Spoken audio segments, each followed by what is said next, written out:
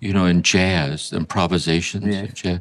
What's your sense of variations of improvisation as art?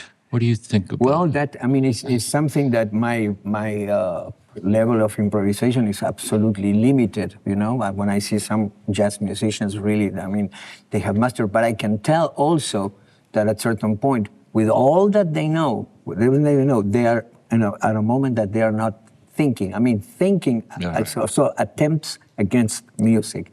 The moment that you think, boom, you lose that connection. There's an element of not thinking, when they are improvising at that level. And obviously, not all musicians are capable of that. There are musicians that are fantastic at interpreting.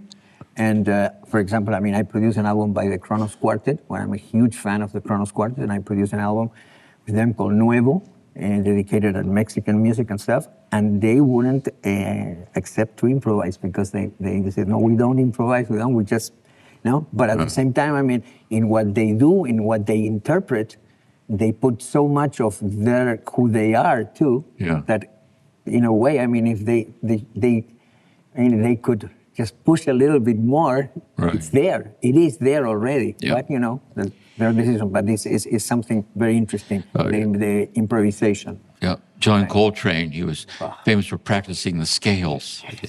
And someone asked him, why do you do that so much? He said, to become a saint. I like that. Amazing. I have another comment of another great saxophone player, Wayne Shorter, that he came to Buenos Aires playing with Weather Report, and he said, how do you play like this? Wayne, you're so fantastic. And stuff. I said, well, whenever I'm playing very slow, very slow, very slow, here I'm like this, fast. And when I'm playing, very, very, very fast, here I'm very, very slow, And I thought, what an interesting concept. I like that. Someone said, too, when you see a duck gliding through the water, it just glides across, but underneath its feet, they're paddling like hell. You know what I mean? It's like activity and silence, like joining each other. Absolutely. Beautiful. I have another thought, too. Beautiful. I was at the monastery. I'm going to go back to Gethsemane and visit again. And I was there. And there's some monks that I visited. They were there when I was there 50 years ago. And they've been chanting the Psalms, all that over and over again. Mm-hmm. And someone once said, when we sing a joyful hymn to the Lord. When we chant, we deepen the capacity to listen. See? And so the repetition is not redundant. It's like repeated over and over endlessly because there's no end to endlessness. And the music carries that. Absolutely. In the repetition, you start listening all the variations that happen in the repetition. It's not just repeating. It's like we were saying about silence being an eloquent silence. Repetition is not just doing the same thing over and over. Something happens when you get into that cycle. It is. It has to do much more with something that is in a cycle. It is. Like Heraclitus, you can't step in the same river twice, because it's constant motion this way. And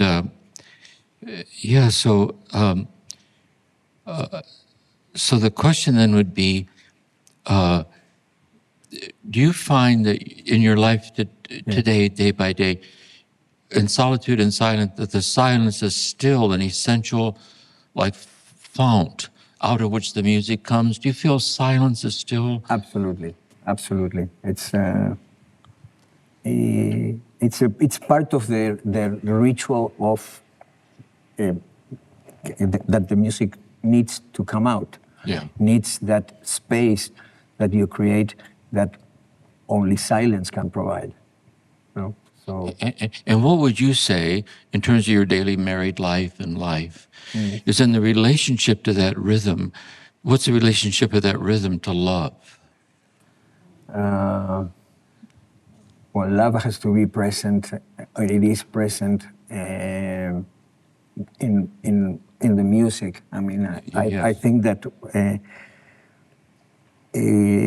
when you don't feel that the love is there, it's just a piece of music, that's when you're not really connecting.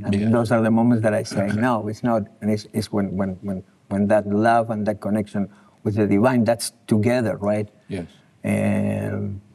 and that we are part, you know. It's like, again, you know, it's like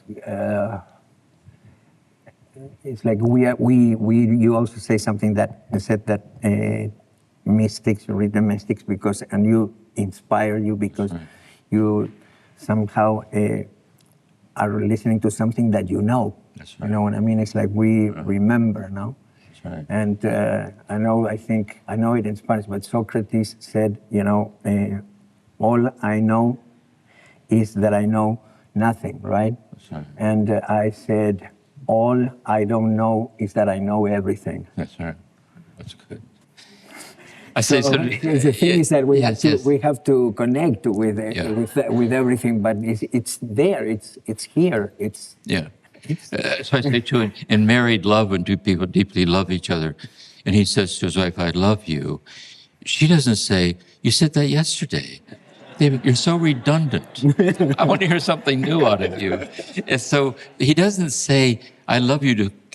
Richard Rohr talks about how do you turn information into transformation. So the "I love you" is a kind of a mantra, you know. Of course, the power of the words. You know, exactly. And that's why also it annoys sometimes when you see that the words are used by anyone and in ways that actually don't represent at all what the vibration of those words really evoke. You know what I mean? It's I don't know. It's something that should be penalized. You know, the other thing I wonder about is that, like all languages are language, absolutely. but each language is the language that it alone is.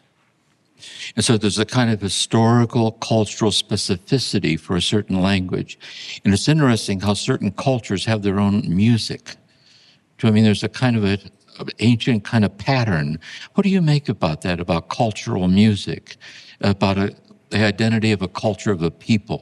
Well, it's amazing. I mean, you see, I was always, since I was a kid, also very interested in music from different parts of the world, you know, and and especially in primitive music, you recognize somehow easier way the connection with the divine, you know, because it hasn't been so contaminated, or you know what I mean, or so developed technically, or you know, it's direct, you know, big connection to the earth, big connection to the suelo, you know, land, but big connection to the sky too, right? Big connection to the cosmos.